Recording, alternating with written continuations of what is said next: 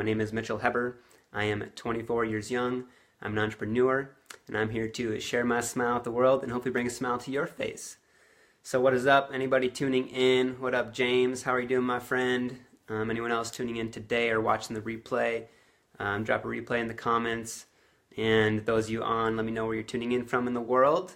I got my map here, so there's a huge world out there, so let me know where you guys are at. I'm here in Salt Lake City, Utah. So good morning, and I'm going to kind of jump into it today, but I want to talk about network marketing a little bit today, and or just business in general. So this can be applied to anyone either looking into maybe a network marketing company or who is already in one. And I just want to clear up that, I am in a network marketing company, but it's not a pyramid scheme or an MLM for that matter. And I have nothing against MLMs. And, I think they're great, actually. They're a way for someone to start a business and, have a low startup cost, no overhead, no inventory, and all these things.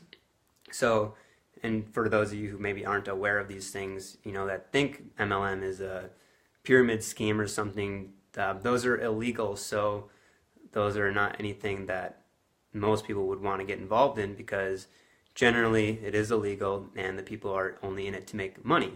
So again, that's not what I'm talking about today, but just in general, I just wanted to bring up network marketing and touch on it a little bit for those of you who maybe aren't aware of it or are considering it and or are already in a company.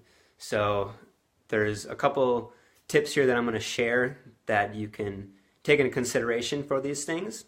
And there's a guy that I know in my life. He is very successful. He's actually a hedge fund manager, makes millions of dollars. And there's one thing that he told me one time, and this is applied to any business, but there always has to be more customers than there are either distributors or having a seller ratio. So whatever business you're in, or if you are in one of these companies, just remember that there should always be more customers than distributors, or the selling ratio, the people who do sales.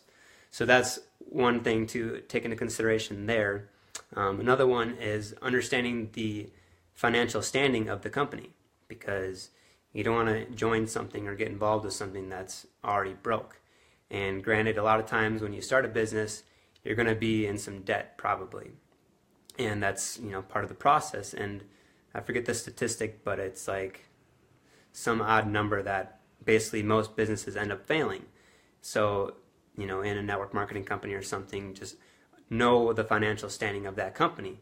If you want to be involved in this, you want to be involved in something that is sustainable, something that's going to last, and maybe be part of the Better Bureau Act. I think it is. So that's the second one there. And the third one is knowing the industry. So what industry are you in with that company? And today, health and wellness is one of the number one research topics on Google. Well, maybe not number one, but like weight loss in particular is in the top 10 of being the most researched on Google on so how to lose weight.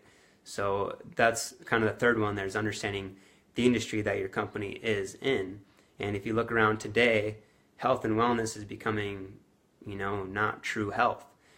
People are getting sick on the daily basis, and sickness is like 90% cause of death today, with being like over acidic and just unhealthy in general. So that's, we spend $2.7 trillion a year just on healthcare alone, and that's on people who are already sick, 90% of that. So there's a lot of numbers there, but that's one thing also to really take into consideration in your business, your company. And I'm not here to talk about my company necessarily, but there will be three other things here that I'm going to express. And with these other three that I just mentioned, the customer to seller ratio, the financial standing, and being in the right industry. The other three here there's three levels to business, and this is also being applied to business in general, not necessarily network marketing or an MLM or something along that nature. But the first one here is a win-lose situation. So this is the first level of business, and win-lose would be something that isn't in your best interest. So say you go to McDonald's and you get a burger, that's kind of what I like to consider a win-lose situation, because you're going to pay the consequences later for not eating something that's necessarily good for your body. It's not about what you eat, but what you absorb. So that's kind of a win-lose situation. Or maybe someone gets robbed at a bank. The bank loses in that sense. So that's the first level of business. The second level of business is more of a neutral state. So this could be like a hospitality business where, maybe you get a nice bed when you go to the hotel. But it's, no one really wins or loses. It's kind of just more of a neutral state. So that's the second level there. And the third one is a win-win situation. So this is the type of business that you do want to be in. So this is someone who is maybe in a company, or they go to a restaurant and they get really good high quality food. It could be organic, it could be grass-fed meat that they're eating. So in the end, the company is winning because they're in business, and the person that's eating is also getting the right nutrients and things that they need so the body can absorb it properly. So that's a win-win situation. And I love this particular to relate to being in the right industry, being with the right company or business in your industry, because today there's a lot of companies out there, and really people get bombarded by these people and what to choose and what's right for them.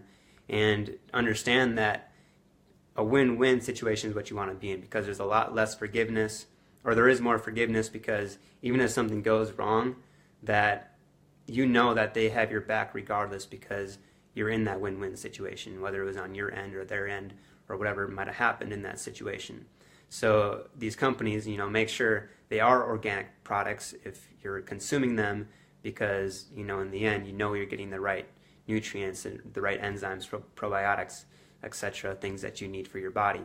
So that is just applied to whatever business or company that you might be in. You always want to make sure it's a win-win situation. So you're winning and the customer is winning as well.